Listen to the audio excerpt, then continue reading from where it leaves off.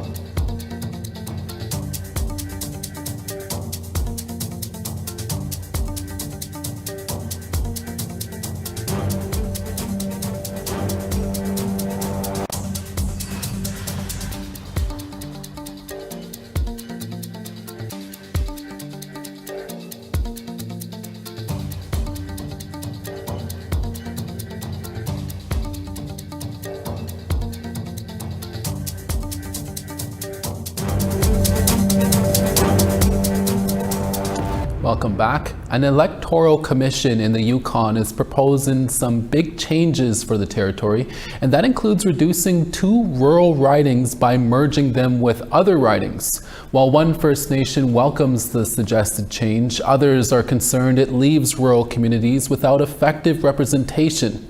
Here's Sarah Connors with that story. The Casca community of Ross River is located in southeastern Yukon and is home to the Ross River Dena Council. It's separated from the only other Casca community in the territory, not only by distance, but also by an electoral boundary. Ross River is one of 5 communities in the Pelly-Nuzzetlan riding, most of which are geographically distant from each other and include non-Kaska nations. The only other Kaska First Nation in the territory, the Liard First Nation, is located some 360 kilometers south in the Watson Lake riding. We've been split up between jurisdictions, and those political ridings aren't serving in our best interests. But that might soon change, according to a new interim report by the Yukon Electoral District Boundaries Commission. The commission is required to review existing electoral districts to ensure effective representation in the Yukon Legislative Assembly. It suggests merging the territory's 8 rural ridings to 6 and increasing Whitehorse's 11 ridings to 13 to account for the city's population growth. That includes merging Ross River with Watson Lake to form the Yukon East riding. The new riding would better reflect the 2 communities' shared land and interest. Well, it's a benefit if we're together in that riding, then we could share our values and, see some of our common interests move forward in a meaningful way. But the proposed changes could significantly affect the Vuntut-Gwitchin riding in the fly-in community of Old Crow in northern Yukon. The riding is the smallest in Canada, with just under 200 voters. The commission states the riding creates electoral unbalance because of its small number of voters. It suggests merging the riding with the riding for Dawson City, around 400 kilometers south, to better balance the vote. Yukon NDP MLA Annie Blake, who represents the riding, said in a statement to APTN News, "It's important that people in my community get a chance to look at the Commission's interim report. There's a lot to consider as the Commission continues its work, and I'll be listening to what people in Old Crow have to say." But a retired clerk for the Yukon Legislative Assembly says the proposed merge could have consequences. In the last general election, I think there were about 8 times as many voters in Dawson City as there were in Old Crow. So the likelihood that anybody from Old Crow is going to get elected or perhaps even nominated is going to be very low. McCormick worries reducing the number of rural ridings will cause people living in communities, especially rural Indigenous people, to feel underrepresented in the Assembly. But I think it's something that the members of the Legislative Assembly have to consider, is that what is the legitimacy of the Legislative Assembly to rural Yukon if the representation from your rural Yukon keeps going down? The Commission is holding public hearings on the proposed changes in Yukon communities until mid-June. Its final report will be released in October. Sarah Connors, APTN National News, Whitehorse. In April, Métis Nation Saskatchewan withdrew its support for Bill C-53, which recognizes and affirms the Métis right to self-government. Earlier this week, MNS announced a plan of their own they hope will move them towards self-governance. MNS says their, quote, sacred document of the Michif is a critical step toward reconciliation. Saskatchewan video journalist Rachel May has more. We are responsible for our lives, like Riel believed, that we are self-determining and that we can self-govern ourselves. Dubbed Kistja Mashin Icon Ostja Michif, the sacred document of the Michif was unveiled earlier this week.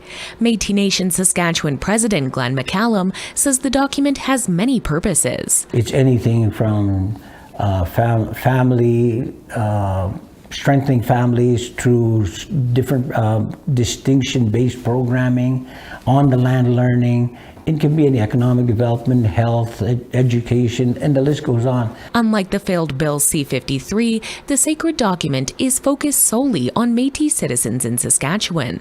All registered MNS citizens will have the chance to add their voices to the document. McCallum says this is the foundation of keeping Métis people strong. Reconciliation is on our shoulders, not them. It's not the province, it's not the federal government, it's not industry or institutions. You know, we left it to governments previously, and look at where we ended up, where people lost their identity, culture, values, and language. MNS citizens will be called to ratify the document this coming fall. The goal is to have it added to revised federal legislation by early 2025. Rachel May, APTN National News, Saskatoon. Now here is this week's web poll question. We've been talking about this one quite a bit. How do you feel about the RCMP adding the ribbon skirt to the RCMP uniform? Long overdue or inappropriate? Have your say at aptnnews.ca.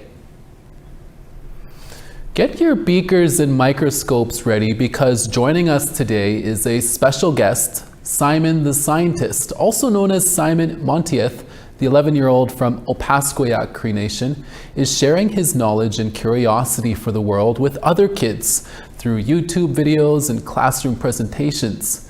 Simon was only 7 years old when he started making videos, explaining how feathers help birds fly, why boats float, and many other questions inquisitive kids might ask. He also recently won the Youth Prize at Manitowa's Powwow Pitch. He joined us in studio earlier this week. Here's that interview. Thank you so much for coming on the show today, Simon. Thank you. It's really a pleasure to be here. How did Simon the Scientist start, and what do you love so much about science? So Simon the Scientist started back way in 2020 during the pandemic. I was just really bored, same with, I'm assuming, a lot of other people. And then me and my mom, we decided just to do science experiments as a hobby. And then during one of those, I had this really cool analogy of what COVID was. It went along the lines of COVID was a really evil criminal racing down the streets in a super fast car, and the people were the roads, and we had to place down roadblocks to stop the bad guy from getting to all these streets. And the way to do that was by wearing masks, hand sanitizing, and quarantine. And we posted on Facebook, and it just blew up from there. Very educational, but also an important message to play safe with COVID, right? Mm-hmm. Yeah. Why did you want to teach other kids about science? I wanted to teach other kids about science so that I really, my big goal for Simon the Scientist is to just inspire kids to do what they love by doing what I love and what I feel really passionate about. That's great. And how do you include being Indigenous in your presentations and on YouTube? So what I like to do is I like to make special connections from Indigenous culture to Western science. If I was doing a presentation upon flight, I might connect it to the Thunderbird or something like that, which is really cool. Definitely something you don't see enough of in science projects, hey? Mm-hmm. Yeah. Some of your videos include American Sign Language interpretations. Why was it important for you to make your video accessible for others? So one big part about me doing ASL in my videos is I have a sister, her name is Ella, and she has a hearing problem, and because of that she needs to use ASL sometimes. And after a bit of Simon the Scientist, we realized that we wanted to help make Simon the Scientist inclusive for all kids, so that everyone can watch my videos and do what they love. That's great. And do you want to continue being a scientist when you're older? I might try to. One of the things I'm really interested in is astrobiology. I just really wonder if there's any life out there, or if we're alone in the universe. But that's just a thought. Yeah, you, me, and everyone else on this planet. What is your dream goal for Simon the Scientist? My dream goal isn't to be a super famous millionaire. It would be nice, but my big goal is to just inspire kids to do what they love and help them do that through watching my videos and doing what I love. Thank you for chatting with me today. Thank you. It's been a really awesome pleasure talking to you as well. Stick around. Simon the Scientist will stay with us in studio to show us a few of his favorite experiments. We'll be right back.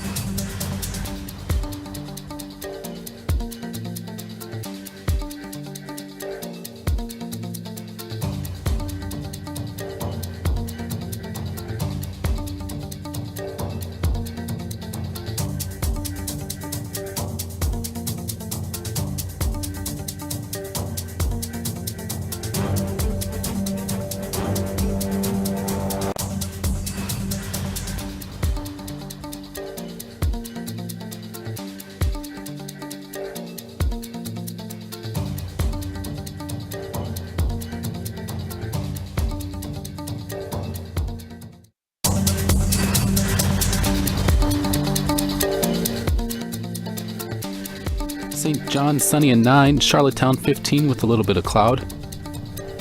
Nunajuak, 10 with some clouds. La Grande River, 16. Quebec City, 17, 15 in St. Jovite. Toronto, 20. Peterborough, clear skies, 19. Sioux Lookout, 18. Wawa, 15. Churchill, 19. Norway House, 11. Winnipeg with sun, 16. Gimli, 14. Saskatoon, 13. Regina, 14 with some sun. Stony Rapids, rainy and 6. Buffalo Narrows, rainy and 6 as well. Clear skies in Fort McMurray, 9. Peace River, 8. Calgary, 7. Medicine Hat, 9. Tofino, 10. Vancouver, 12. Dease Lake, 5. Prince George, 11 with sun. Rock River, 1 with rain. Mayo, 9. Wati, 8. Yellowknife with rain, 4. Inuvik, -1. Colville Lake, 8. Baker Lake, 1 with rain. Chesterfield, -1 with rain. Gulick, -4. Clyde River, -5. We're back with 11-year-old Simon the Scientist, an inquisitive young boy from Opaskwayak Cree Nation, who is taking his love for science to classrooms across Manitoba. He's about to show us some of his favorite science experiments. And remember, kids, make sure to ask an adult for help before trying this at home. What do we have here, Simon? What do we have 3? Here I just have some really cool science experiments that I would like to show you all. Perfect. All right, so of course, safety first, right? Mm-hmm. Okay, let's put these goggles on. Don't want anything going into our eyes, so it's always good to have goggles. Yes. So explain what this is and let's get going. So this right here is just baking soda and vinegar. I'm sure a lot of you people at home have heard of this experiment before. But for a more detailed explanation, it's sodium bicarbonate, or baking soda, and vinegar, acetic acid, together. The baking soda acts as a base and the vinegar acts as an acid, and it creates sodium acetate. When they react, it creates a gas in the liquid. The gas gets pushed to the bottom, causing it to form bubbles and then create a bunch of foam everywhere. Cool. All right, let's see. You ready? I'm ready. All right. 3, 2, 1. Whoa. Cool. It's kind of like a volcano, kind of like some lava going on there. Oh, that was yeah. cool. And it's so fast, just Yes. like that. Yeah. You have your second experiment here. Show Yes. us this one. This is only level 1. This is level 2. It's Okay. going to be a lot stronger. All right, I'm buckled in here. So for this, we have something called dry ice. So this is dry ice, and what it is, it's frozen CO2 or carbon dioxide. But look what happens when you pour water on it. Whoa. Oh, it's cold. If you want, you could put your hand over. It's Okay. very cold. Oh. That's so cool. Is this what we see at Halloween time? Yeah. Something like this? I'm pretty sure this is what they do in the Bill Nye videos. Yeah. That's so Right. cool. But for our experiment, we're going to do something I like to call the pop rocket. So what we do is we pour water into here. Now in the sprinkles can is a bit of dry ice. So we pour the water in. The foam, or the gas comes out. I'm scared. Woo! That's cool. Right on. All right, now it's time for level 3, or elephant toothpaste. All right. So what elephant toothpaste is, it's hydrogen this peroxide and yeast. Okay. The hydrogen peroxide acts just as a liquid, but the yeast is a catalyst. Mm-hmm. That means it starts a chemical reaction. So what hydrogen peroxide is it's H2O2. It's almost the same chemical buildup as water, except there's an extra oxygen in it. So what the yeast does is it separates that extra oxygen, so it turns into water and then oxygen, which is a gas. And then that creates the foam. But for more foam, we can add dish soap. All right. Okay. I have no idea what you just said, but that's why we have you here. Yeah. All right. So we're just gonna put some colors up in there. Okay. And you can pick these up at any store, Yeah. Safeway, Superstore. The hydrogen peroxide, we get it from this store called Sally Beauty. Oh yeah. They have a lot of it there. Okay. All right, let's get into it. 3, 2, 1. 1. Whoa! Woo! Let's go. It's very hot. You Is can it put your really? hand over it. Oh, it is. Wow. And it was, yeah, no, it's super hot. Mhm. Cool. How many times have you done this, I guess? I've done this many times. I've done it at the powwow pitch. I've done it at sessions at home. I've done it for videos on like TikTok, Instagram. Yeah. Basically, like a lot. That's really cool. And this is all stuff you can get at home and you can do. Yes. That's awesome. That's For awesome. each of these experiments, it's under $30. Yeah. Well, thank you, Simon, for being here and talking to us. You know, we're so proud of you. You did so great for the interview part, of course, this part as well. And we'll be rooting for you. Thank you. Yeah. I hope your viewers at home had as much as fun as we did. Thanks so much for coming to our studio and teaching us all a few science tricks, Simon. Thank you.